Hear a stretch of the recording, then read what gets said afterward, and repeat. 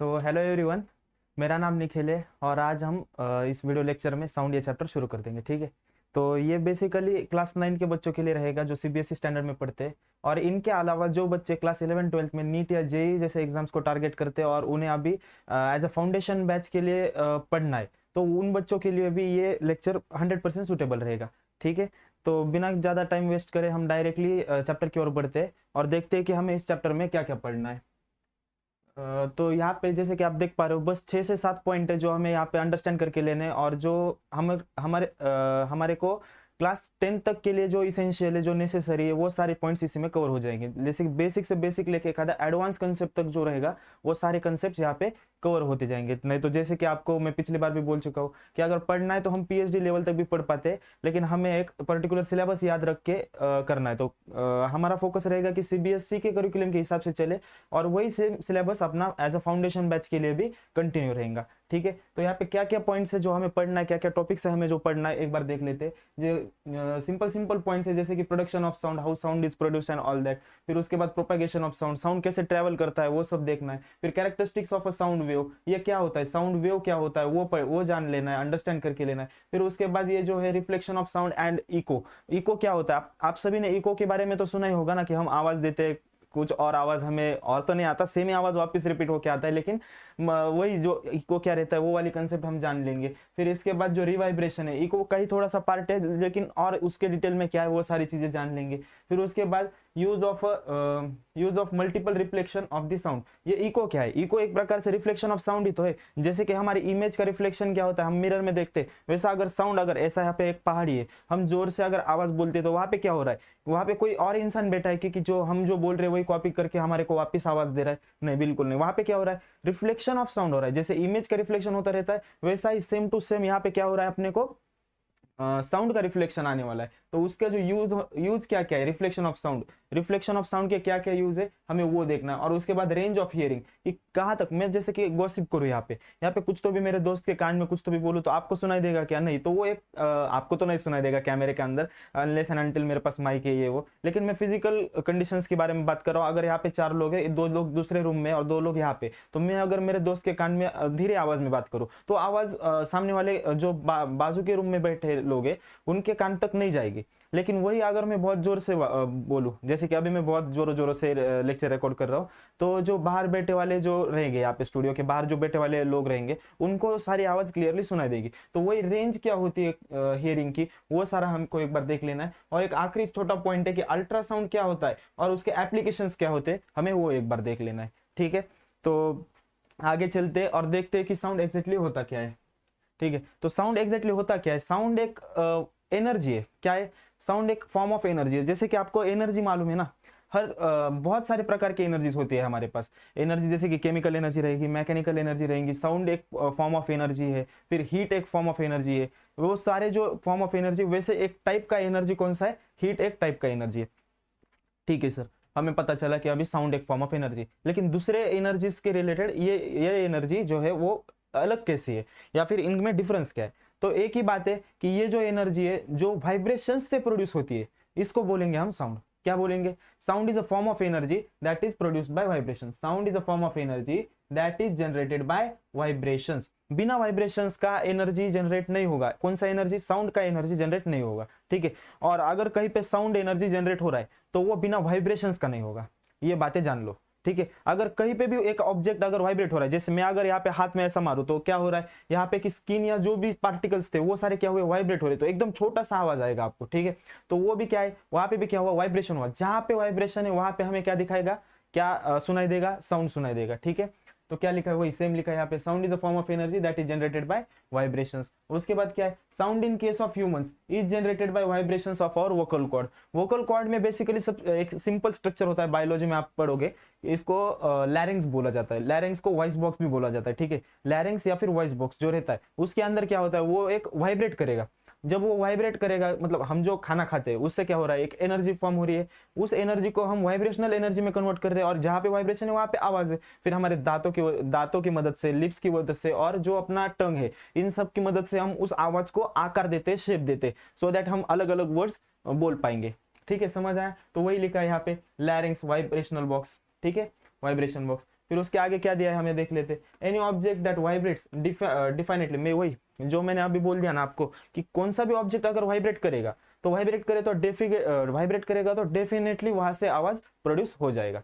ठीक है, उसके बाद क्या दिया, डेफिनेशन ऑफ साउंड। आप मैं एक बार बाजू को हो जाता हूँ, अब ये साउंड का डेफिनेशन पढ़ लो, एक्सप्लेन भी 2 सेकंड में कर दूंगा। ठीक है, क्या लिखा है यहाँ पे, sound is a longitudinal wave form. यहाँ पे ये लॉन्जिट्यूडनल वेव फॉर्म क्या बोलना चाहता है ये भी पढ़ लेंगे। ठीक है, लगेज कंफ्यूज नहीं होने का कि इतना बड़ा स्टेटमेंट क्यों दिया है ऐसा वैसा, हम पूरा एक ना एक वर्ड टू वर्ड एक्सप्लेन करते हुए चलेंगे। और सारा एक जो भी हम यहाँ पे पढ़ेंगे ना पूरा का पूरा एनसीईआरटी के हिसाब से ही चलेंगे।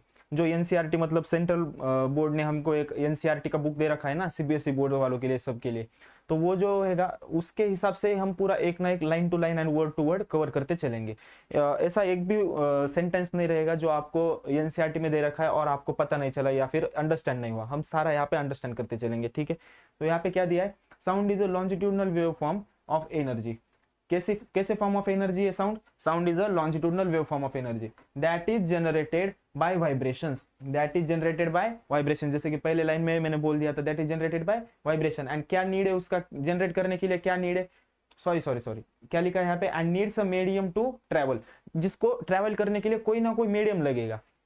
मैं एक बार डेफिनेशन और एक बार बोल देता हूँ, क्या है हमारे पास definition, sound is a longitudinal wave form of energy. Okay, कैसी वेव फॉर्म, कैसी एनर्जी है ये, longitudinal wave form of energy है। लॉन्जिट्यूडनल वेव फॉर्म क्या है ये हम पढ़ेंगे अभी यहाँ पे। ठीक है, ये सारा क्या है वो सब पढ़ेंगे।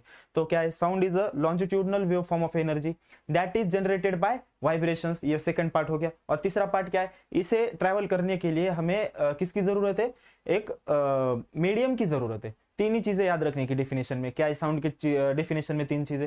पहला कि वो क्या कैसा फॉर्म ऑफ एनर्जी है, कैसा है, longitudinal wave form of energy. फिर दूसरा क्या है कि वो कहाँ से जनरेट होता है, क्या से जनरेट होता है, वाइब्रेशन से जनरेट होता है। और तीसरा उसको ट्रैवल करने के लिए क्या लगता है, क्या लगता है ट्रैवल करने के लिए, मीडियम लगता है।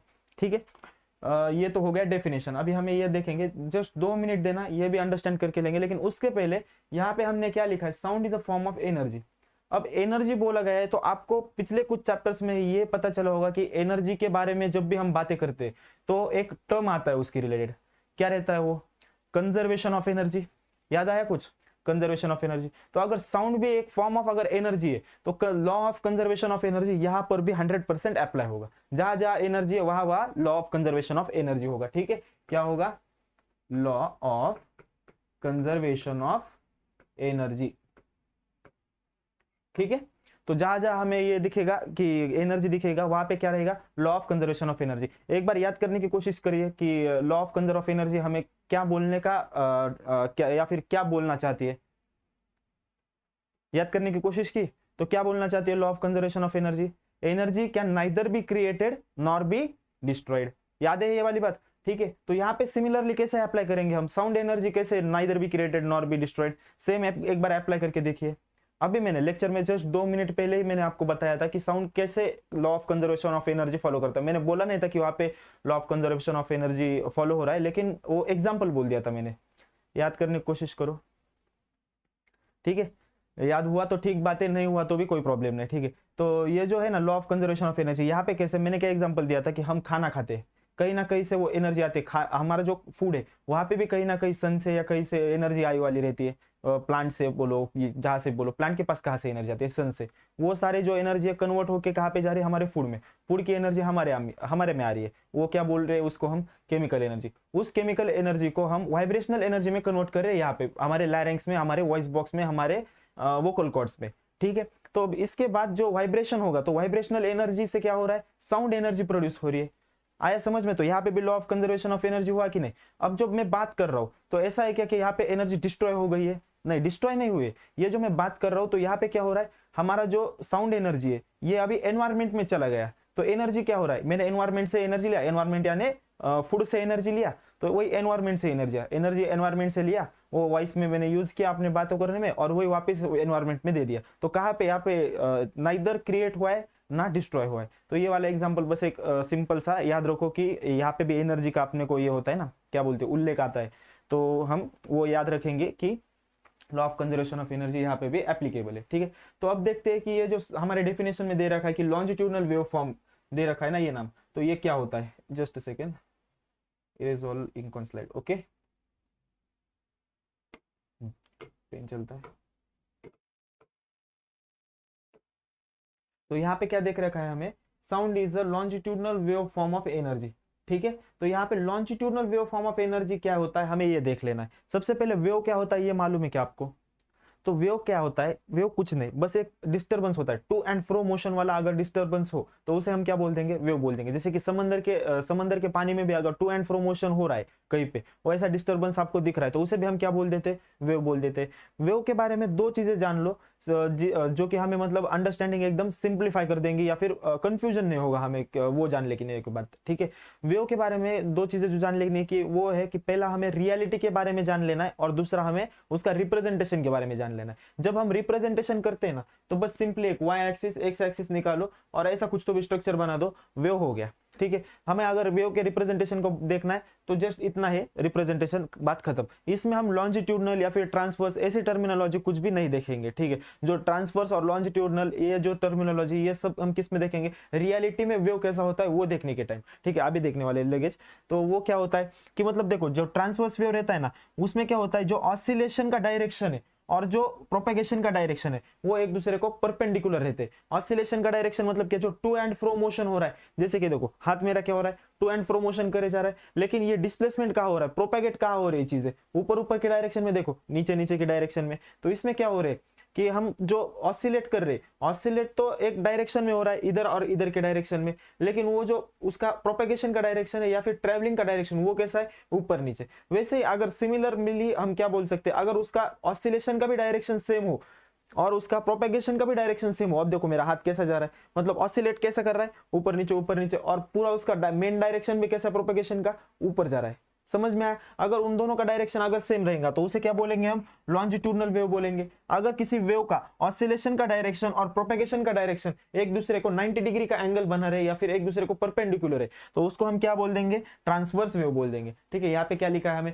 Horizontal, vertical, longitudinal and transverse. ये हॉरिजॉन्टल वर्टिकल क्या होता है ये बस जान लो, क्योंकि बहुत सारे बच्चों को इसमें कंफ्यूजन होता है कि हॉरिजॉन्टल और वर्टिकल क्या होता है। तो क्या करना है, बस सिंपली एक बात याद रखना है, ये हॉरिजॉन्टल कैसा रहता है? हॉरिजॉन्टल का एच सबसे पहला अक्षर ऐसा रहता है ना, तो जस्ट उसको बोल दो आड़ा कर दो। तो ऐसा अगर डायरेक्शन है तो इसको क्या बोल देंगे? Horizontal direction. क्या बोल देंगे इसको? Horizontal direction. तो इसका ऑपोजिट क्या है? Vertical direction. वर्टिकल डायरेक्शन मतलब अप डाउन।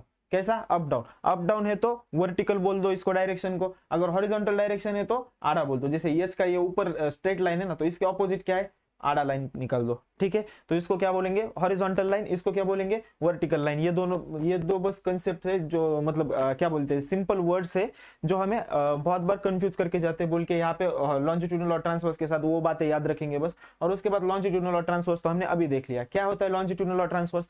अगर कौन सा भी अगर एक आधा डिस्टर्बेंस है, डिस्टर्बेंस किस चीज में होगा? कौन से भी पार्टिकल में बोलो, कहीं पे भी बोलो, अगर वो डिस्टर्बेंस में जो पार्टिकल है इन्वॉल्व पार्टिकल है, वो अगर टू एंड फ्रो मोशन कर रहा है और उसका डायरेक्शन ऑफ क्या बोलते प्रोपेगेशन या डायरेक्शन ऑफ ट्रेवल एक ऑपोजिट डायरेक्शन में नहीं 90 डिग्री के डायरेक्शन में, तो उसे क्या बोल दिया जाएगा? ट्रांसवर्स वेव बोल दिया जाएगा। ठीक है, और लॉन्जिट्यूडनल वेव क्या रहेगा? अगर इसका टू एंड फ्रो मोशन हो रहा है, ठीक है, टू एंड फ्रो मोशन, ये देखो अप डाउन मतलब ये क्या है? To and fro motion. ऐसा भी क्या था? ये भी मोशन क्या था? To and fro motion. तो अभी यहाँ पे अगर ये वाला टू एंड फ्रो मोशन है और इसका प्रोपेगेशन का डायरेक्शन अगर ऊपर के साइड में, तो क्या हो रहा है? अप डाउन भी सेम डायरेक्शन में हो रहा है, ऊपर भी सेम डायरेक्शन में जा रहा है, मतलब दोनों का डायरेक्शन क्या हुआ? सेम हुआ। तो इस वेव को क्या बोल देंगे हम? Longitudinal wave energy sorry longitudinal wave बोल देंगे। ठीक है, और ट्रांसवर्स वेव क्या रहेगा? जिसमें जो पार्टिकल ऑसिलेटिंग पार्टिकल है वो ऑसिलेट एक डायरेक्शन में कर रहा है, जैसे देखो लेफ्ट राइट ऑसिलेट कर रहा है, लेकिन इसका मेन डायरेक्शन क्या है प्रोपेगेशन का?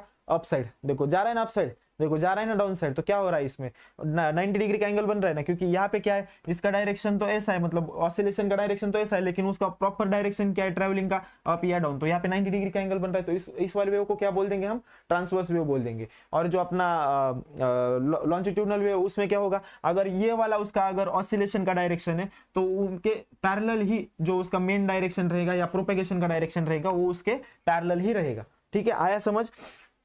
तो आपको चार ही चीजें मालूम पड़ गई कि यहाँ पे हॉरिजॉन्टल क्या होता है, वर्टिकल क्या रहता है। क्या रहता है हॉरिजॉन्टल मतलब आड़ा। याद कैसे रखना है? एच फॉर हॉरिजॉन्टल जो रहता है वो स्ट्रेट लाइन रहती है ना, अप डाउन, तो अप डाउन ना करके उसको बस आड़ा कर देना है, तो ये हॉरिजॉन्टल हो गया। वर्टिकल क्या है? उसके जस्ट ऑपोजिट, तो क्या बोलेंगे इसको? अप डाउन बोल देंगे वर्टिकल को। लॉन्जिट्यूडनल मतलब क्या है, ऑसिलेशन का डायरेक्शन और ट्रैवलिंग का डायरेक्शन क्या होगा उसका सेम रहेगा। और यहाँ पे ट्रांसवर्स का मतलब क्या है, ट्रांसवर्स वेव कैसे दिखती है हमें, या फिर कैसे रियलिटी में होती है, कैसी रहेगी ट्रांसवर्स वेव, कि उसका ऑसिलेशन का जो पार्टिकल का ऑसिलेशन का डायरेक्शन है और उसके जो ट्रैवलिंग का डायरेक्शन है वो क्या रहेगा, एक दूसरे को 90 डिग्री का एंगल बनाते रहेगा। और सबसे इंपॉर्टेंट बात, रिप्रेजेंटेशन के वक्त हम देखते हैं क्या कि यहाँ पे ट्रांसवर्स वेव है या लॉन्जिट्यूडनल वेव है, बिल्कुल नहीं। बस रिप्रेजेंटेशन के लिए ट्रांसवर्स वेव के लिए भी सेम रिप्रेजेंटेशन होगा और क्या बोलते हैं उसको, लॉन्जिट्यूडनल वेव के लिए भी सेम रिप्रेजेंटेशन रहेगा। ठीक है, तो मैं यहाँ पे बस एक बार इरेज कर लेता हूँ सब कुछ, और आपको अगर कौन सी डेफिनेशन कुछ लिख के लेना होगा तो लिख के लो, मैं बाजू में हट जाता हूँ। ठीक है,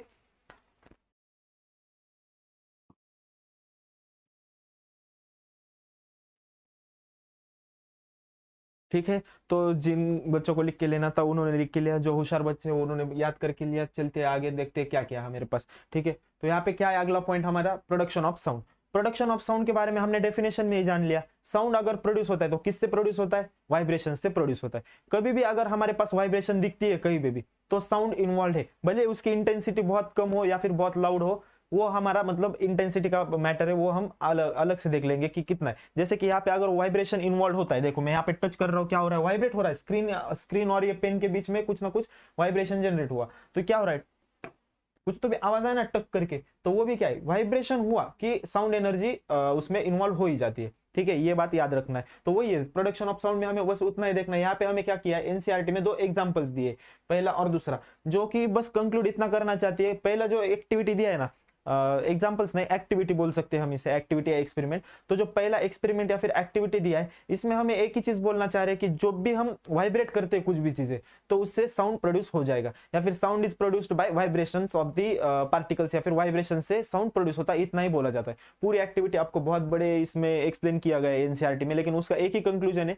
कि साउंड कहां से प्रोड्यूस होता है, वाइब्रेशन से प्रोड्यूस होता है। क्या किया है यहाँ पे, एक ट्यूनिंग फॉर्क लिया गया है और एक पेंडुलम, ऐसा मतलब थ्रेड की मदद से एक बॉब यहाँ पे बांध दिया, उसको पेंडुलम बोल देते। तो यहाँ पे क्या किया है, एक ट्यूनिंग फॉर्क को हमने कहीं पे भी मतलब वाइब्रेट कर लिया, सबसे पहले वाइब्रेशनल एनर्जी हो गया। पहले तो वो ट्यूनिंग फॉर्क भी आवाज करेगा थोड़ा सा, उसके बाद वो जो वाइब्रेशनल एनर्जी ट्यूनिंग फॉर्क का अपना बॉब के पास जाएगा, तो उसके पास भी वो क्या हो जाएगा, एनर्जी जाएगा, वहां पे भी साउंड एनर्जी प्रोड्यूस होगा। वही एक सिंपल एक्टिविटी दिया है, जिसका कंक्लूजन हमें बस याद रखना है। क्या कंक्लूजन है, sound is produced bye vibrations. तो एक्टिविटी 1 का कंक्लूजन डन है, उतना ही बस चीजें याद रखनी है, ज्यादा कुछ याद नहीं रखना है। और जो एक्टिविटी 2 है, इसकी ये हमें क्या बोलना चाहती है, ये हमें बस इतना बोलना चाहती है कि जो साउंड है इसको ट्रैवल करने के लिए मीडियम चाहिए, और ये पानी में भी ट्रैवल कर सकती है। वही डेमोन्स्ट्रेट किया है। क्या किया है कि एक ट्यूनिंग फॉर्क रहता है, ये एक यू शेप का ट्यूनिंग फॉर्क, ये सबको मालूम रहेगा ना, ये जो ऐसा स्ट्रक्चर होता है कुछ तो भी, इसको ट्यूनिंग फॉर्क बोलते हैं। तो इस ट्यूनिंग फॉर्क को कुछ तो भी वाइब्रेशनल एनर्जी दिया, साउंड इसके साथ प्रोड्यूस हो रहा है। अब इसके बाद इस जो ग्लास में एक वाटर रखा है ना,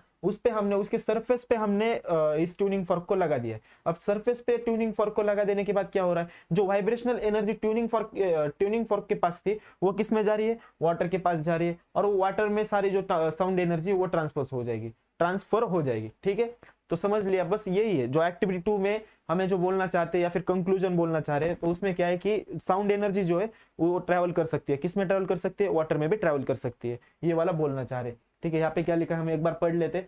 any object that will vibrate will definitely produce the sound.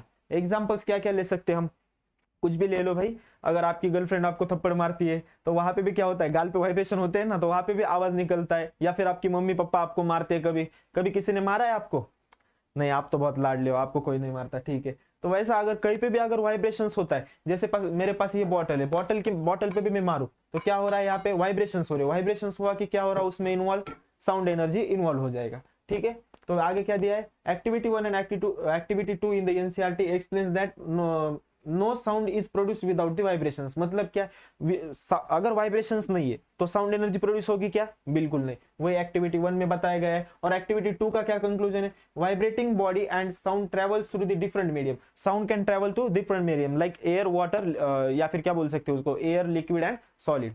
ठीक है, तो ये सारी चीजों से वो ट्रैवल कर सकता है। और हमें यहाँ पे डेमोन्स्ट्रेट कौन से एग्जांपल के साथ बताया गया है, वाटर के साथ बताया गया है कि sound energy can travel through water too. ठीक है, तो आगे बढ़ते और क्या दिया है हमें देख लेते। In the above activities, sound was produced by the striking the tuning fork, which also can be produced by plucking, scratching, rubbing, blowing and shaking different objects, which are all produces the vibration. मतलब बोलना क्या चाह रहे, कुछ भी करो, बस उसको वो जो ट्यूनिंग फॉर्क है उसको ऐसा करने की जरूरत नहीं, उसको स्क्रैच करो, कुछ भी करो। जैसे हमारे पास अगर कुछ सरफेस रहेगा उसको हम स्क्रैच भी करते हैं, तो क्या होता है वहां पे भी वाइब्रेशन इन्वॉल्व होते हैं। कुछ भी करो आप, उसको मारो, उसको ऐसा ट्यूनिंग फॉर्क को ऐसा वाइब्रेशन दे दो, या फिर और क्या बोला यहाँ पे, स्क्रैच, रब, रब मतलब ऐसा ऐसा। आवाज आ रहा है आपको, साउंड में आ रहा होगा। रब करने के बाद भी क्या होता है, थोड़ा सा आवाज आता है। कौन सी भी चीजें करो अगर उसमें हमारे पास अगर वाइब्रेशंस इन्वॉल्व है तो यहाँ पे क्या होगा, हमारे पास साउंड एनर्जी प्रोड्यूस हो जाएगा। यही बोलना चाह रहे हैं यहाँ पे। What exactly vibrations mean, vibration is any rapid to and fro motion of any object. आया समझ में? वाइब्रेशंस क्या है, टू एंड फ्रो मोशन हो गया, उसको क्या बोल देंगे, वाइब्रेशन। मतलब सबसे पहले तो दिमाग में ये आपके डाउट आया होगा ना, ये मास्तर इतक्या वेळेचं झालं म्हणते वाइब्रेशन वाइब्रेशन वाइब्रेशन, पण वाइब्रेशन म्हणजेच नेमकं काय असतं vibration? Vibration is nothing but just rapid to and fro motion of any object. ठीक है, आया समझ में? Rapid to and fro motion of any object is vibration. जैसे कि मैं आप यहाँ पे पेन है मेरे पास, अगर मैं पेन को ऐसा करूं तो ये ऐसा भी करने लगा ना, तो भी उसको क्या बोल देंगे, वाइब्रेशन बोल देंगे। अब ये दिखता नहीं है, मैं अब जब इसको एकदम ऐसा पैक पकड़ लूं, यहाँ पे आवाज तो आई है, आवाज आई है मतलब वाइब्रेशंस इन्वॉल्व है। आप ऐसे साइमल्टेनियस कंसेप्ट याद रख सकते हो कि जहां पे अगर आवाज आ रही है वहां पे आप ऐसा बोल सकते हो कि वहां पे वाइब्रेशन 100% डेफिनेटली हुआ ही होगा, और कहीं पे अगर वाइब्रेशन हुआ है तो साउंड प्रोड्यूस हुआ ही होगा। उसकी इंटेंसिटी बस अलग अलग हो सकती है। ठीक है, वाइब्रेशन क्या है, just to and fro motion of any object. ठीक है, बात खत्म। उसके आगे हमें क्या दिया गया है, प्रोपेगेशन ऑफ साउंड। तो पहला कंसेप्ट तो हमारा हो भी गया। ठीक है, जो प्रोडक्शन ऑफ साउंड था ना, हम प्रोडक्शन ऑफ साउंड ह्यूमंस के केस में देख लिए कि ह्यूमंस के केस में भी क्या होता है, वोकल कॉर्ड में हम साउंड प्रोड्यूस करते हैं। बेसिकली उतना ही है कि जहीं पे भी वाइब्रेशन हो रहा है तो वहां पे क्या होगा, साउंड प्रोड्यूस होगा। और साउंड को ट्रैवल करने के लिए एक मीडियम लगता है। सबसे पहले ये सबसे इंपॉर्टेंट बात याद रखो, यहाँ पे भी आने वाला है, ये पॉइंट में भी हमने वो पॉइंट लिख के लिया है कि मतलब जो साउंड एनर्जी है उसको ट्रैवल करने के लिए हमें मीडियम की जरूरत पड़ती है। ठीक है, फिर वो मीडियम एयर हो या फिर क्या बोलते हैं उसे, वाटर हो या फिर सॉलिड हो, लेकिन मीडियम की जरूरत है। जैसे कि लाइट हमारे पास क्या है, लाइट जो ट्रैवल करता है उसको मीडियम की जरूरत है क्या? नहीं, बिल्कुल नहीं। तो हम रियल लाइफ अगर एग्जांपल देखना चाहे तो उसमें क्या बोल सकते हैं कि सन से हमारे पास ये आता है, लाइट आता है। तो जब यहाँ पे हमारे पास यहाँ पे सन है और यहाँ पे अर्थ है। ठीक है, डायग्राम पे मत ध्यान देना, बस कंसेप्ट पे ध्यान देना, डायग्राम में बहुत खराब हूं मैं। तो यहाँ पे सन है और अर्थ है। ठीक है, यहाँ पे जब लाइट एनर्जी ट्रेवल करने वाली है, लाइट एनर्जी ट्रेवल करने, इन दोनों के बीच में क्या है, क्या है इन दोनों के बीच, एयर भी है क्या? नहीं, एयर भी नहीं है, AIR, एयर भी नहीं है। क्या है यहाँ पे, वैक्यूम है, VACCUM, वैक्यूम। ठीक है, वैक्यूम मतलब एयर नहीं होता। हम जनरली कभी कभी वैक्यूम और एयर को सिमिलर मान लेते हैं, लेकिन वैक्यूम और एयर डिफरेंट चीज है। ठीक है, जहां पे एयर भी नहीं होता उस एरिया, उस चीज को क्या बोलते थे हम, वैक्यूम बोलते थे। तो स्पेस में क्या है, वैक्यूम है। कुछ यहाँ पे मीडियम है क्या, ना पानी है ना हवा है, हवा भी नहीं है। ठीक है, याद रखो स्पेस में एयर प्रेजेंट नहीं होता। एयर कहां तक है, अर्थ के एटमॉस्फेयर तक ही एयर प्रेजेंट है। आया समझ बात? ठीक है, एयर कहां तक प्रेजेंट है, अर्थ के एटमॉस्फेयर तक ही, उसके बाहर स्पेस में एयर प्रेजेंट है क्या? नहीं। तो ये जो स्पेस है, स्पेस में वैक्यूम बोल सकते हैं। इसमें एयर है क्या? नहीं। वाटर है क्या? नहीं। इसमें क्या बोलते हैं, और सॉलिड स्टेट कुछ है क्या? नहीं, कुछ भी नहीं है। तो यहाँ पे साउंड एनर्जी ट्रेवल कर सकता है क्या? अपना डेफिनेशन याद कर लो। डेफिनेशन में क्लियर कट हमको क्या दे रखा है, sound requires medium to travel. Medium फिर कौन सा हो, एयर हो, सॉलिड हो, लिक्विड हो, लेकिन मीडियम चाहिए। तो यहाँ पे तो मीडियम है ही नहीं ना। वैक्यूम मतलब क्या है, नो मीडियम। तो यहाँ पे वैक्यूम मतलब नो मीडियम। तो यहाँ पे कुछ आवाज ट्रेवल करेगा क्या? नहीं। साउंड ट्रेवल कर सकता है क्या? नहीं। क्यों नहीं करेगा ट्रेवल? क्योंकि sound require medium to travel.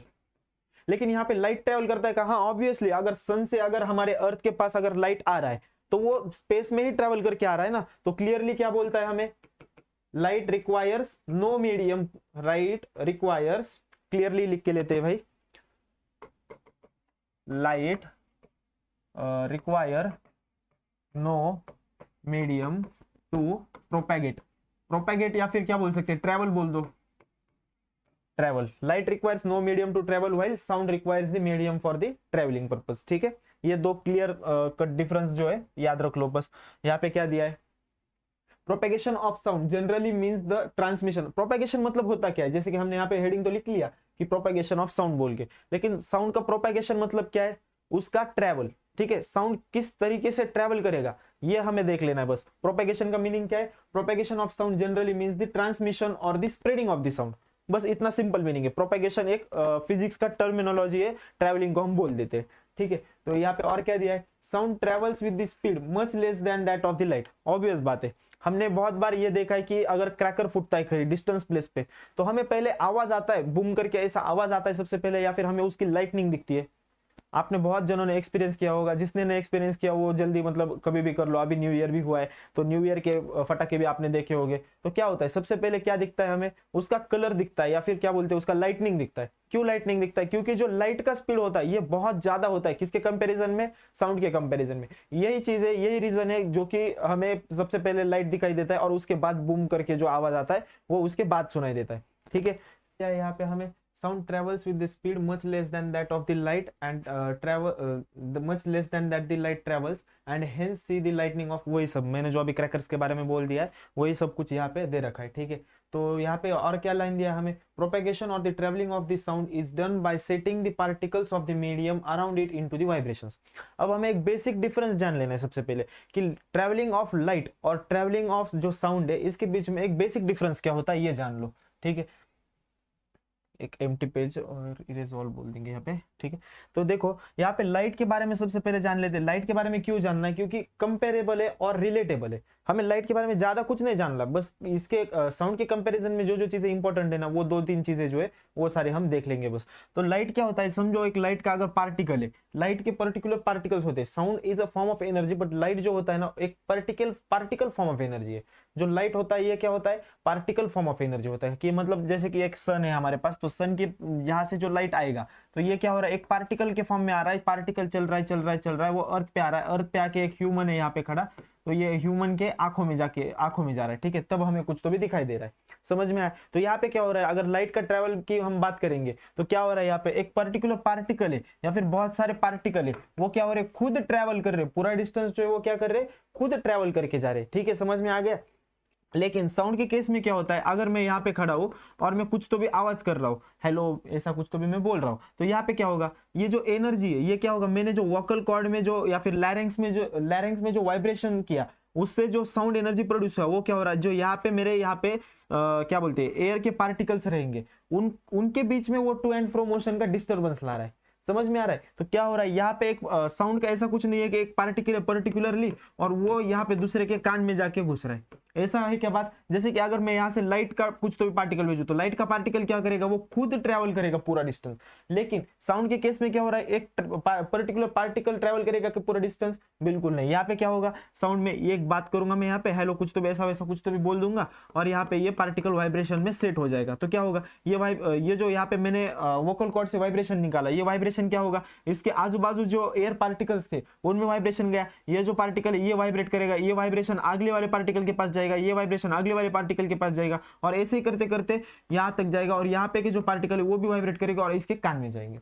आए समझ में, जो यहाँ पे ईयर ड्रम रहता है अपना, वो ईयर ड्रम को वाइब्रेट करेंगे और हमको वो चीजें सुनाई देगी। समझ में आया।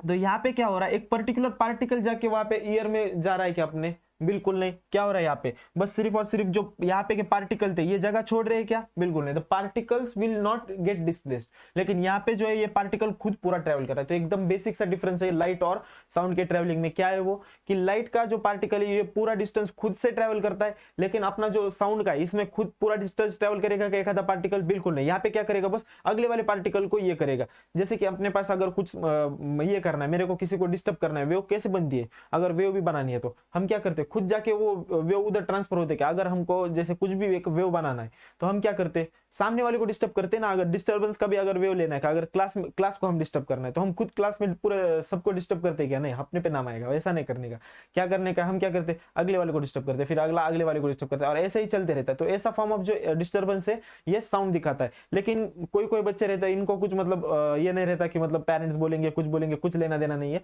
ये डायरेक्ट क्या करेंगे, खुद उठेंगे पूरे क्लास में जाके सब कुछ डिस्टर्ब कर देंगे, खुद ट्रैवल करेंगे, ये वो करेंगे। तो वो लाइट का एग्जाम्पल होएगा। ठीक है, एकदम मतलब सिली एग्जाम्पल है कुछ तो भी। ठीक है, ये कहाँ गया अपना, इधर, ये इधर से गया, चला ठीक है। Erase link.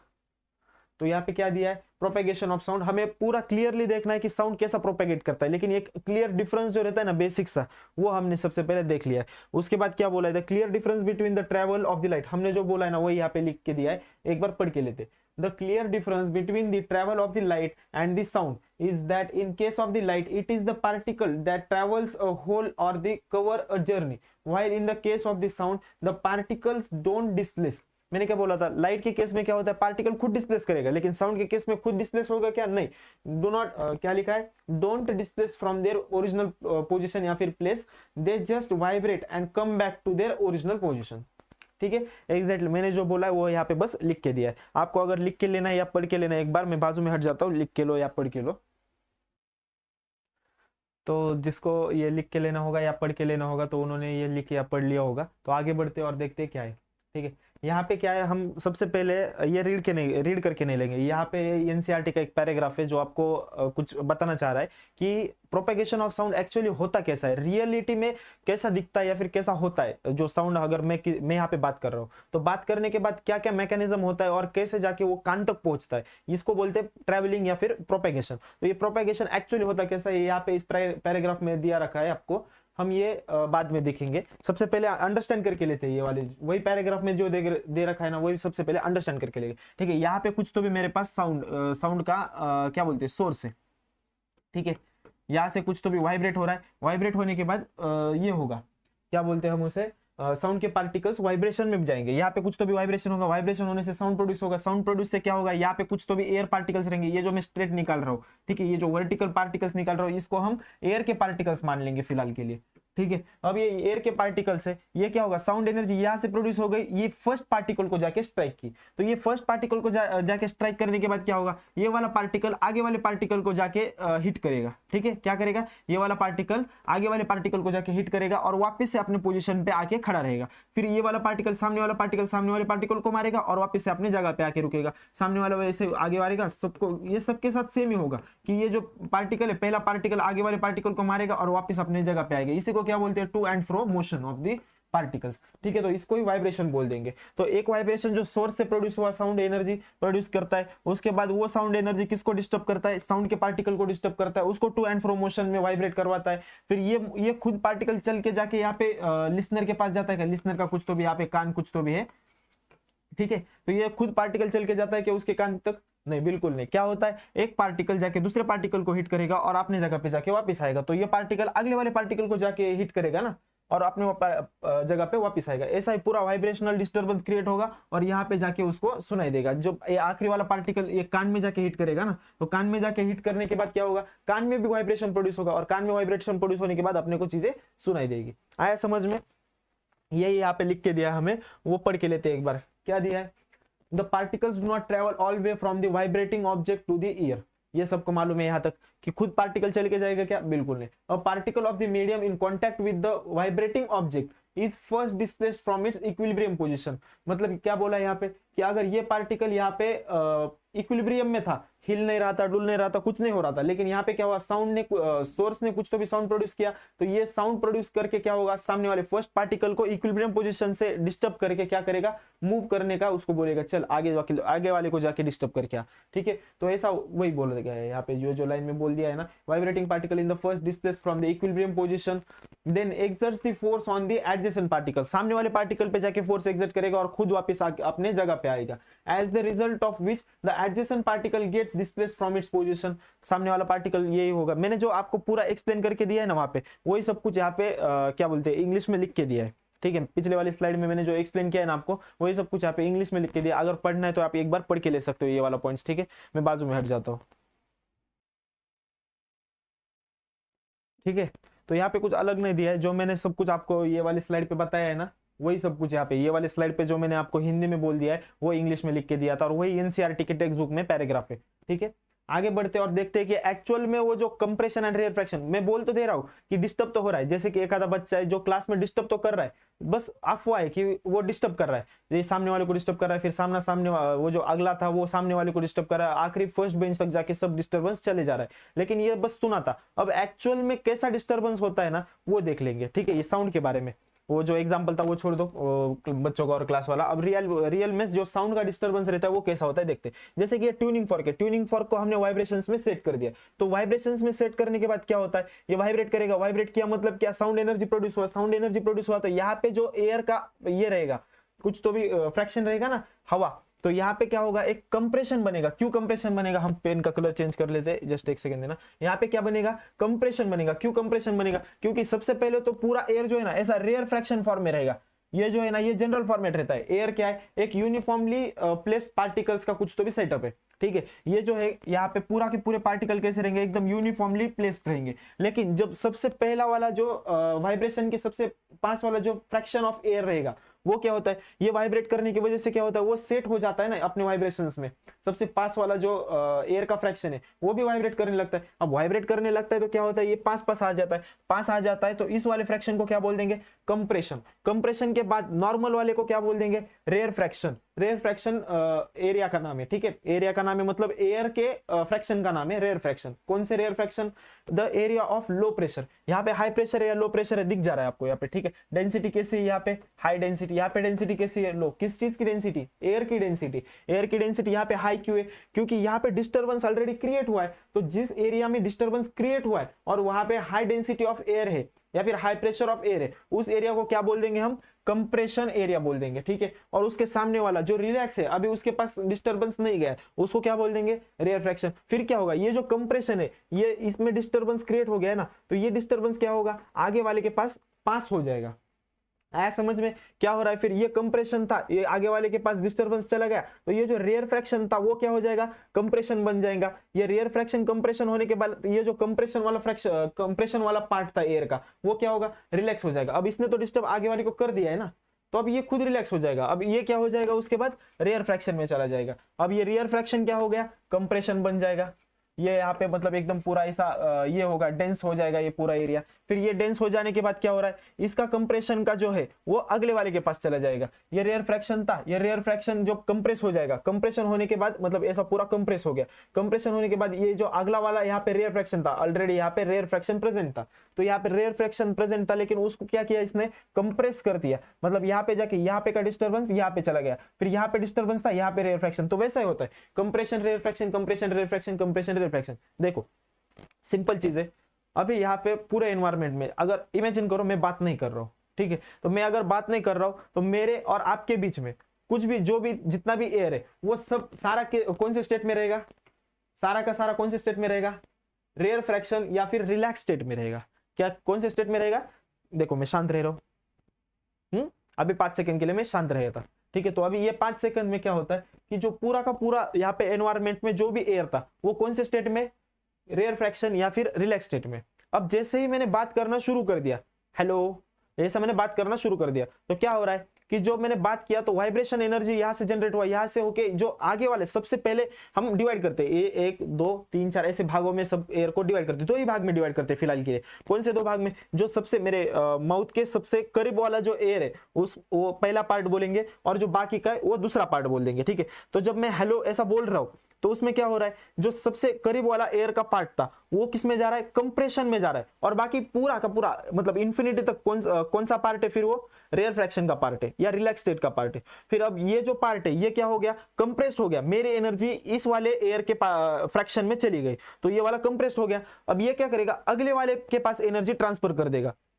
तो क्या हो रहा है, हेलो जो बोला मैं यहां पे तक था, यहाँ का डिस्टर्बेंस के यहाँ तक गया, यहाँ तक गया, तो ये क्या हो रहा, अब यहाँ पे का जो ये दोनों हाथ में के बीच में का जो एयर का फ्रैक्शन है ये अभी कंप्रेशन स्टेट में चला गया, और जो मेरे माउथ और हाथ के बीच, ये वाले हाथ के बीच में का जो पार्ट है ये वापस से क्या होगा, रेयर फ्रैक्शन स्टेट में चला जाएगा। क्योंकि अब इसने तो आगे वाले को डिस्टर्ब करके छोड़ दिया ना, तो अब इसका कुछ काम नहीं है, तो ये वापस है, उसी को तो टू एंड फ्रो मोशन बोलते हैं। ये देखो डिस्टर्बेंस हो गया आगे वाले को, वापस फ्रो, टू फ्रो, मतलब डिस्टर्बेंस करके दिया, वापस अपने जगह पे आ गया। तो ये जो कंप्रेशन में था ये सामने वाले को कंप्रेस स्टेट में ला दिया, और ये खुद अब क्या हो गया, रिलैक्स स्टेट में आ गया। तो ये यहाँ पे क्या है, मेरे माउथ और हैंड के बीच में कौन सा स्टेट आ गया, अभी रिलैक्स स्टेट, जिसको हम रेयर फ्रैक्शन बोल देंगे। दोनों हाथों के बीच में कौन सा स्टेट आ गया, कंप्रेस स्टेट बोल देंगे उसको। और उस ये हाथ के अगले वाले जो भी इंफिनिटी तक डिस्टेंस है वो सारा के सारा क्या अभी भी पूरा का पूरा रिलैक्स्ड या फिर रेयर फ्रैक्शन है। अभी ये जो दोनों हाथ के बीच में कंप्रेस्ड है वो क्या करेगा, उसके सामने वाले को डिस्टर्ब करेगा। आया समझ में, उसके सामने वाले को डिस्टर्ब करेगा और वहां पे क्या आएगा, कंप्रेशन। फिर अब ये जो दोनों पार्टिकल्स थे, ये दोनों फ्रैक्शन ऑफ एयर थे, ये दोनों किस स्टेट में चले जाएंगे, रिलैक्स स्टेट में चले जाएंगे, रेयर फ्रैक्शन स्टेट में चले जाएंगे। और ऐसे ही करते करते करते करते अपना साउंड ट्रैवल होता है। ठीक है, तो यही होता है ना कि मतलब साउंड क्यों एक जगह पे आके खत्म होता है। अगर मैंने लाइट को यहां से बोला, ये अगर सोर्स ऑफ लाइट है मेरा, ठीक है, यहाँ पे अगर सोर्स ऑफ लाइट है, तो अनलेस एंड अनटिल उसको कहीं पे ऑब्स्ट्रक्शन या फिर क्या बोलते हैं उसको, कहीं पे रुकावट ना मिले, तो वो कंटिन्यूअसली इन्फिनिटी तक चलता जाता है ना। जैसे कि सन से अगर लाइट आ रहा है तो इन्फिनिटी तक चले जाता है लाइट, ठीक है। लेकिन वो इस साउंड क्या होता है, कंप्रेशन रेफ्रैक्शन, कंप्रेशन रेफ्रैक्शन, एक जगह पे आके क्या होता है, उसका इंटेंसिटी कम कम कम कम कम कम, मतलब जो एनर्जी का ये उसका सामने वाले को परेशान करने का ये टेंडेंसी है वो कम होते जाता है। तो एक जगह पे आके साउंड खत्म होता है, उसी को हम क्या बोल देते, रेंज ऑफ साउंड बोल देते। वो हम आगे वाले इसमें पार्ट में देख लेंगे, ठीक है। यहां तक हमें बस इतना ही जान लेना है कि कंप्रेशन क्या होता है, रेयर फ्रैक्शन क्या होता है, वो सारी चीजें, या क्या वाइब्रेटिंग ऑब्जेक्ट, वही सब मैंने जो बता दिया वही सब कुछ है। फिर क्या है, लॉन्जिट्यूडनल वेव फॉर्म। ये जो दिख रहा है ना आपको यहाँ पे, कौन सा फॉर्म ऑफ वेव दिख रहा है आपको, ये रियल वेव्स है, ठीक है। ये कौन से वेव्स है, ये रियल वेव्स है। हमको अगर रिप्रेजेंटेशन कर रहा है तो हम रिप्रेजेंटेशन कैसा करते हैं, ये वाला। यहाँ पे लॉन्जिट्यूडनल या ट्रांसवर्स का बातें नहीं आता, लेकिन ये रिप्रेजेंटेशन की बात नहीं कर रहे हम, रियलिटी की बात करें। और रियलिटी में क्या होता है, यहाँ पे देखो, ये अगर वाइब्रेशन में हमने सेट कर दिया, वाइब्रेशन में हमने सेट कर देने के बाद क्या हो रहा है, निकाल रहा हूं ना, ये बस रिप्रेजेंटेशन का हाथ है मेरा, लेकिन इसका जो टू एंड फ्रो मोशन है कैसा है, आगे पीछे है ना। क्योंकि पार्टिकल्स क्या कर रहे, सामने वाले को डिस्टर्ब कर रहे, खुद जगह पे आ रहे, सामने वाले को डिस्टर्ब कर रहे, खुद जगह पे आ रहे। तो कैसा ये, इसका ऑसिलेशन कैसा है, आगे पीछे आगे पीछे आगे पीछे। और इसका ट्रैवलिंग का भी डायरेक्शन क्या है, पूरा तो स्ट्रेट सामने ही है ना, मतलब आगे पीछे और सामने ही जा रहा है। मतलब क्या है, पैरेलल है। कौन से 0 डिग्री का एंगल बना रहा है ना, किन चीजों में 0 डिग्री का एंगल बन रहा है यहाँ पे। पहला कि जो उसका ऑसिलेशन है, ऑसिलेशन कैसा है, आगे पीछे, और उसका प्रोपेगेशन का डायरेक्शन भी कैसा है, सीधा सामने। तो एंगल कितना बन रहा है प्रोपेगेशन के और उसके ऑसिलेशन के बीच में, 0 डिग्री का। अगर 0 डिग्री का एंगल है तो इसको क्या बोल देंगे, लॉन्जिट्यूडनल वेवफॉर्म। आया समझ में। वही अगर ये साउंड वेव ऑसिलेट ऐसा करता रहता कि मतलब ऊपर नीचे ऑसिलेट तो कर रहा है, लेकिन वो आगे चले जा रहा है, उसका जो मेन डायरेक्शन है प्रोपेगेशन का या ट्रैवलिंग का वो आगे के डायरेक्शन में, तो उसको क्या बोल देंगे, ट्रांसवर्स बोल देंगे। लेकिन ये ट्रांसवर्स है क्या, साउंड कैसा है, ट्रांसवर्स नहीं है, कैसा है, लॉन्जिट्यूडनल वेवफॉर्म है। आया समझ में। तो लॉन्जिट्यूडनल वेवफॉर्म क्या होता है वो भी समझ में आया, और प्रोपेगेशन कैसा होता है एग्जैक्टली वो भी समझ आया, ठीक है। कैसा होता है, कंप्रेशन रेयर फ्रैक्शन में होता है प्रोपेगेशन, और लॉन्जिट्यूडनल वेवफॉर्म में होता है। आई बात समझ में। वही हमने जो पिछले स्लाइड पे भी ये डायग्राम देख ली थी, वही सेम डायग्राम है। ये जो है रिप्रेजेंटेशन के लिए ऐसा निकाल दिया है। और देखो यहाँ पे ऑसिलेशन कैसा हो रहा है, अपर अबो जा रहा है, नीचे अबो बिलो, अबो बिलो, समझ आ रहा है, ऊपर नीचे ऊपर नीचे ऊपर नीचे, मतलब ऑसिलेशन का डायरेक्शन कैसा है, ऊपर नीचे। और जो ट्रैवल हो रहा है वो कैसा डायरेक्शन है, उसका प्रोपेगेशन का डायरेक्शन कैसा है, सीधा इस डायरेक्शन में। तो ये कौन सा वेव हो गया, ट्रांसवर्स वेव हो गया। लेकिन वही लॉन्जिट्यूडनल कैसा है, रिप्रेजेंट तो हम ऐसा ही कर रहे हैं, ऊपर भी ऐसा कर रहे हैं, यहाँ पे भी ऐसा कर रहे हैं, रिप्रेजेंटेशन तो ऐसा ही कर रहे हैं। लेकिन यहाँ पे ऑसिलेशन का है, आगे पीछे, और जो उसका प्रोपेगेशन का डायरेक्शन वो भी कैसा है, parallel to that same direction of the oscillation. तो इसको क्या बोल देंगे, लॉन्जिट्यूडनल वेव बोल देंगे। ठीक है, समझ में आ गया। होप सो कि आपको ये दोनों चीजें अच्छे से अंडरस्टैंड हो गई होगी। तो हम आगे बढ़ जाते हैं, ठीक है। एक बार ये पूरा इरेज कर लूं मैं। क्या बोला यहाँ पे, compression is the region of the high pressure and rarefaction is the region of low pressure. यहाँ पे देखो कंप्रेशन क्या है, रीजन ऑफ हाइयर डेंसिटी, या फिर क्या बोल सकते हो उसको, रीजन ऑफ हाइयर डेंसिटी या हाई प्रेशर बोल देंगे, ठीक है। Black pen, region of high density या कंप्रेशन को क्या बोलते थे, रीजन ऑफ हाई डेंसिटी या फिर हाई प्रेशर। वैसा ही रेयर फ्रैक्शन को क्या बोल देंगे, rarefaction is the region of lower density या फिर लोअर प्रेशर। इतना ही बोल दिया यहाँ पे। और सिंपल चीज है ना, इसको कुछ एक्सप्लेन करने की जरूरत है क्या, आपको एक्सप्लेन मतलब अंडरस्टैंड हो जाना चाहिए। इतना सिंपल तो बात है कि मैं जो बोल रहा हूँ वही यहाँ पे डायग्राम में भी दिख रहा है और वही लिख के दिया है। एकदम सिंपल चीज है कि compression is the region of high pressure. Compression क्या होता है, यहाँ पे कंप्रेशन वर्ड से भी पता चलता है कि जो रीजन रहेगा वो हाई प्रेशर का रहेगा या फिर लो प्रेशर का रहेगा, हाई प्रेशर का रहेगा ऑब्वियसली। तो वही याद रखना है हमें कि compression is the region of, ये कैसे क्वेश्चन आ सकते हैं हमें बोर्ड्स में या फिर कहीं और अगर क्वेश्चन डालना है तो ये फिल इन द ब्लैंक्स में क्वेश्चन आ सकते हैं। Dash dash is the region of high pressure बोल देंगे, या फिर compression is the region of dash dash बोल देंगे। तो compression is the region of high pressure, इतना याद रखो। याद रखने का है, उसमें अंडरस्टैंड कर लिया, उसमें याद रखने जैसा कुछ है ही नहीं ना। उसके बाद क्या है, rarefaction is the region of lower pressure, बात खत्म। Pressure is related to the number of particles. हाँ, मैं इतनी देर से प्रेशर बोले जा रहा हूँ ना, यहाँ पे मैं क्या बोल रहा हूँ, ये क्या है, कंप्रेशन। कंप्रेशन मतलब क्या, region of higher pressure.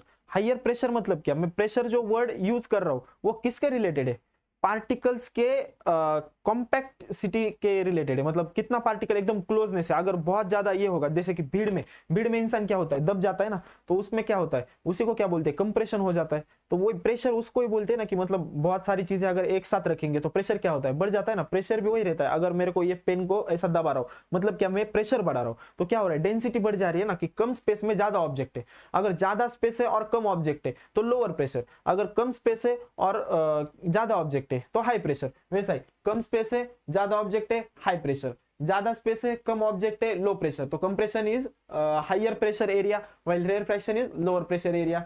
Same चीज है यहाँ पे बोली गई कि pressure is related to the number of particles of the medium in the given volume, जो अभी मैंने बोल दिया आपको, ठीक है। More density of the particle in the medium gives more pressure and vice versa. वही अगर ज्यादा डेंसिटी होगी पार्टिकल्स की, जैसे कि यहाँ पे सबसे ज्यादा डेंसिटी यहाँ पे, तो सबसे ज्यादा अगर डेंसिटी की पार्टिकल्स की है तो वहां पे क्या बोल दिया जाएगा, प्रेशर सबसे ज्यादा है। लेकिन एयर में क्या है, एकदम पार्टिकल की डेंसिटी कैसी है, कम है, तो इसमें प्रेशर क्या होगा, सबसे कम हो जाएगा, ठीक है। Thus propagation of sound can be visualized as propagation of density variation or the pressure variation in the medium। Just एक स्टेटमेंट है, आपको याद रखना है। क्यों, क्योंकि भाई प्रेशर जो हमने प्रोपेगेशन ऑफ साउंड है ये किन रिलेटेड में बताया, हमने दो तीन चीजों के रिलेटेड बताया ना। कंप्रेशन रेरफैक्शन के बारे में एक बोला, दूसरा प्रेशर के रिलेटेड बोला कि ज्यादा डेंसिटी है तो ज्यादा प्रेशर है, वैसा वाला। तो उसके साथ बस रिलेट करके एक स्टेटमेंट दिया है कि propagation of sound can be visualized as, visualize मतलब देखा जा सकता है। प्रोपेगेशन ऑफ साउंड, हम जो साउंड का ट्रैवल है वो किस तरीके से या कैसे देख सकते हैं, उसको किस अंदाज में देख सकते हैं। प्रोपेगेशन ऑफ साउंड को इस अंदाज में देख सकते हैं कि उसकी डेंसिटी वेरी कैसी कर रही है। अगर ज्यादा डेंस है तो उसको बोलेंगे ज्यादा प्रेशर का एरिया है, उसी को बोल देंगे कंप्रेशन। और दूसरा अगर एरिया है वही क्या हो जाएगा, रेरफैक्शन एरिया हो जाएगा। वहां पे क्या है, प्रेशर लो है और क्या है उसका डेंसिटी कम है, वही उतना ही बोल दिया गया है। एक स्टेटमेंट बस याद रखना, आपको ये स्टेटमेंट याद रखना है। फिर आगे देखते हैं क्या है। आगे इंटेक्स क्वेश्चन दिए गए आपको एनसीईआरटी में छोटे छोटे, क्या है, how does the sound produce by vibrating object in a medium reach your ear. By propagation of sound, ये पूरा की पूरा मैंने जो अभी का 5-10 मिनट हो गए मैं जो एक्सप्लेन कर रहा हूँ प्रोपेगेशन ऑफ साउंड, ये पूरा तो वही है, आपको वही पूरा इंग्लिश में मेंशन कर देना है, ठीक है। आपको जो मैंने अभी पूरा एक्सप्लेन करके दिया है वो सारा इंग्लिश में और शॉर्ट फॉर्म में एक्सप्लेन करके देना है, बस उतना ही। प्रोपेगेशन ऑफ साउंड, यहाँ पे हम क्या बोल सकते हैं इसके आंसर को, PROPAGAT, propagation of sound mention कर दो, मेंशन प्रोपेगेशन ऑफ साउंड। ये वाले क्वेश्चन, अगर ये क्वेश्चन बोर्ड्स में पूछा गया तो 5 या 3 मार्क के लिए पूछा जाएगा, तो बड़ा आंसर लिखना पड़ेगा हमको। और उसका हम क्या मेंशन करेंगे, उसका आंसर प्रोपेगेशन ऑफ साउंड, ये उसका आंसर मेंशन कर देंगे। प्रोपेगेशन ऑफ साउंड मेंशन नहीं करना है, बस एक स्टेटमेंट मेंशन नहीं करना है।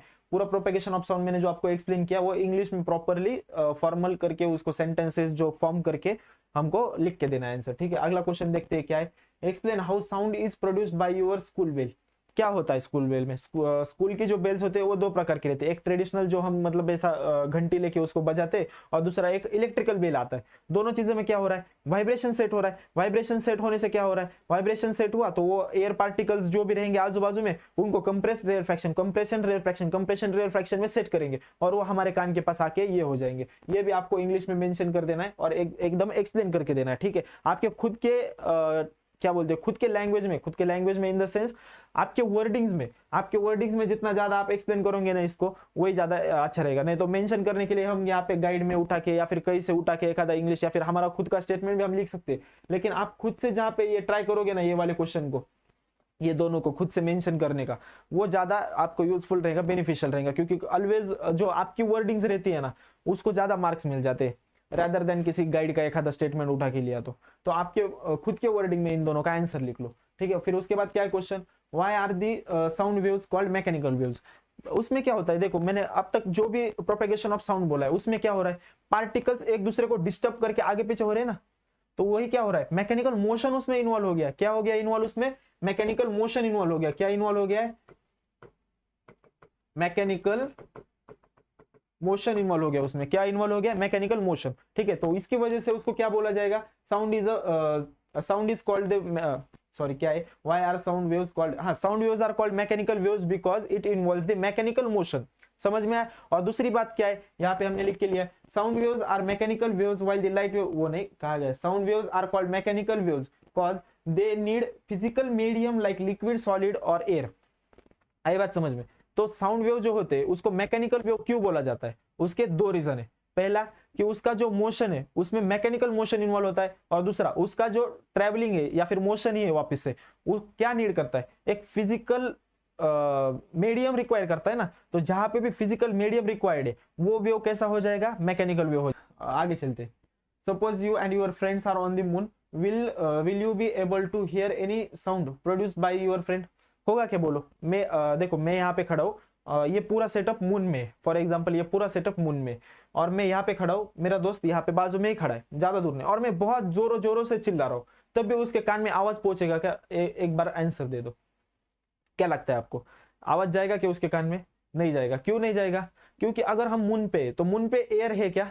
नहीं है। वहां पे एटमॉस्फेयर नहीं है, एटमॉस्फेयर नहीं है तो एयर नहीं है, एयर नहीं है मतलब वैक्यूम है, और वैक्यूम मतलब क्या है? No medium. अगर मीडियम ही नहीं है तो साउंड ट्रेवल होगा क्या? नहीं होगा। तो फिर इतना दूर रहे या फिर वो एकदम मेरे मुंह के पास अगर कान लगा के बैठा है तब भी उसके पास आवाज जाएगा क्या? बिल्कुल नहीं जाएगा, क्योंकि sound requires medium to travel. Moon पे तो कोई मीडियम ही नहीं है, उस पे पास एयर नहीं है ना, कुछ नहीं है, तो वहां पे होगा क्या वो सारा ट्रेवल? या फिर साउंड ट्रेवल हो सकता है क्या वहां पे? बिल्कुल नहीं। तो यहाँ पे वही एक्सप्लेन करना है ना अपने को। Suppose will you be able, तो इसका विल यू भी बोल रहा है ना, तो मतलब डायरेक्ट आंसर दे दो, no. No one be able to hear one another sound, ऐसा बोल दो। ठीक है, ये वाला कुछ इंटेक्स क्वेश्चन था। उसके बाद क्या दे रखा है हम देख लेंगे, एक सेकंड देना बस।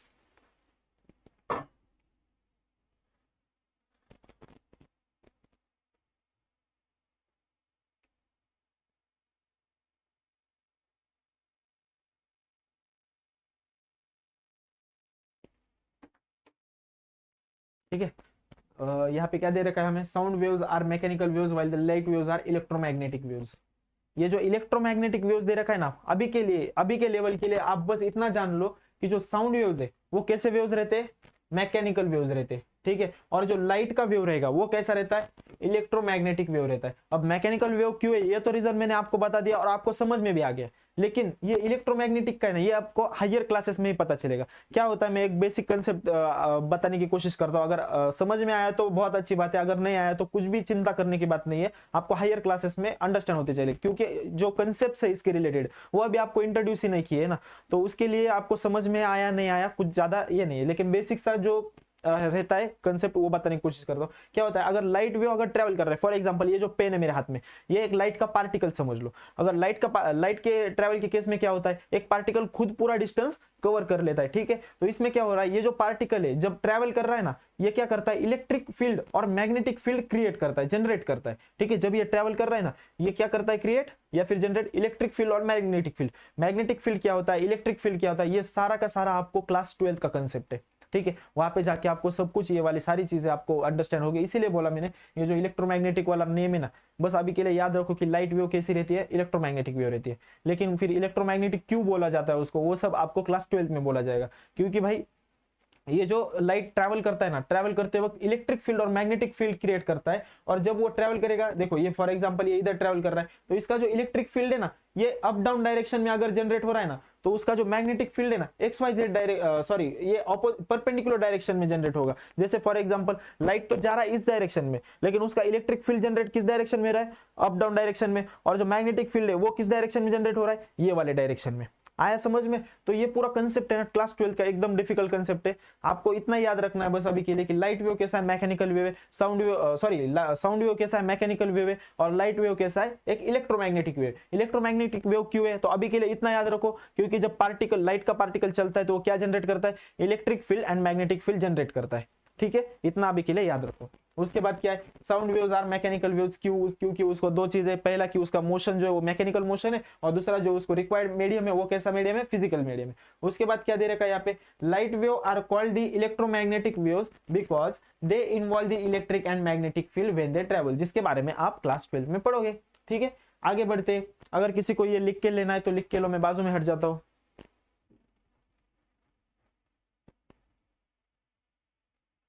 ठीक है, तो जिसको ये सारे कंसेप्ट लिख के लेने थे सबने लिख के लिए होंगे।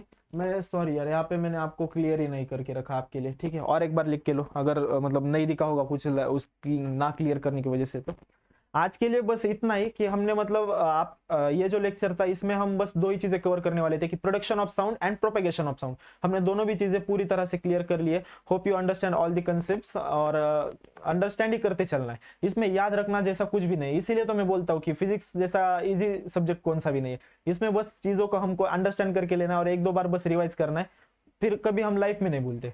और रिवाइज भी इसलिए करना है क्योंकि भाई हम अपने एक्स गर्लफ्रेंड का नाम नहीं याद रखते, तो ये वाले तो फिजिक्स है भाई, फिजिक्स का तो कैसे याद रहेगा। तो इसलिए रिवीजन बहुत जरूरी है, ठीक है। अंडरस्टैंड करके लिया तो वहीं पे छोड़ देना नहीं है। जैसे आप प्रोपेगेशन का मैं बता रहा हूँ, ऐसा होता है वैसा होता है, कंप्रेशन होता है, रेयरफ्रैक्शन होता है, कंप्रेशन होता है, रेयरफ्रैक्शन होता है, मैंने बोल तो दिया है आपको। लेकिन अगर 10 दिन बाद मैं पूछूं क्या होता है तो आपको कंप्रेशन और रेयरफ्रैक्शन क्या होता है ये भी याद नहीं रहेगा। इसलिए क्या करना है, थोड़े थोड़े दिनों में बस उसको रिवाइज करते चलना है, एक बार अंडरस्टैंड करना है और उसको रिवाइज करते चलना है। बाकी हमने इस लेक्चर में जो कवर करना था पूरा कवर कर लिया है। प्रोडक्शन ऑफ साउंड और प्रोपेगेशन ऑफ साउंड दोनों भी चीजें हमने कवर कर लिए। अगले लेक्चर में हम देखेंगे characteristics of the sound wave. जो साउंड वेव हम ऐसा रिप्रेजेंट करते हैं ना, इसके जो कैरेक्टरिस्टिक्स रहते हैं, जैसे कि एम्पलीट्यूड रहता है, फ्रीक्वेंसी रहता है, इसका स्पीड रहेगा कुछ तो भी, ये सारी जो कैरेक्टरिस्टिक्स रहेंगे ये हम अगले लेक्चर में देखेंगे पार्ट 2 में, साउंड 02 में। ठीक है, तब तक के लिए ओके बाय, मिलते हैं नेक्स्ट लेक्चर में।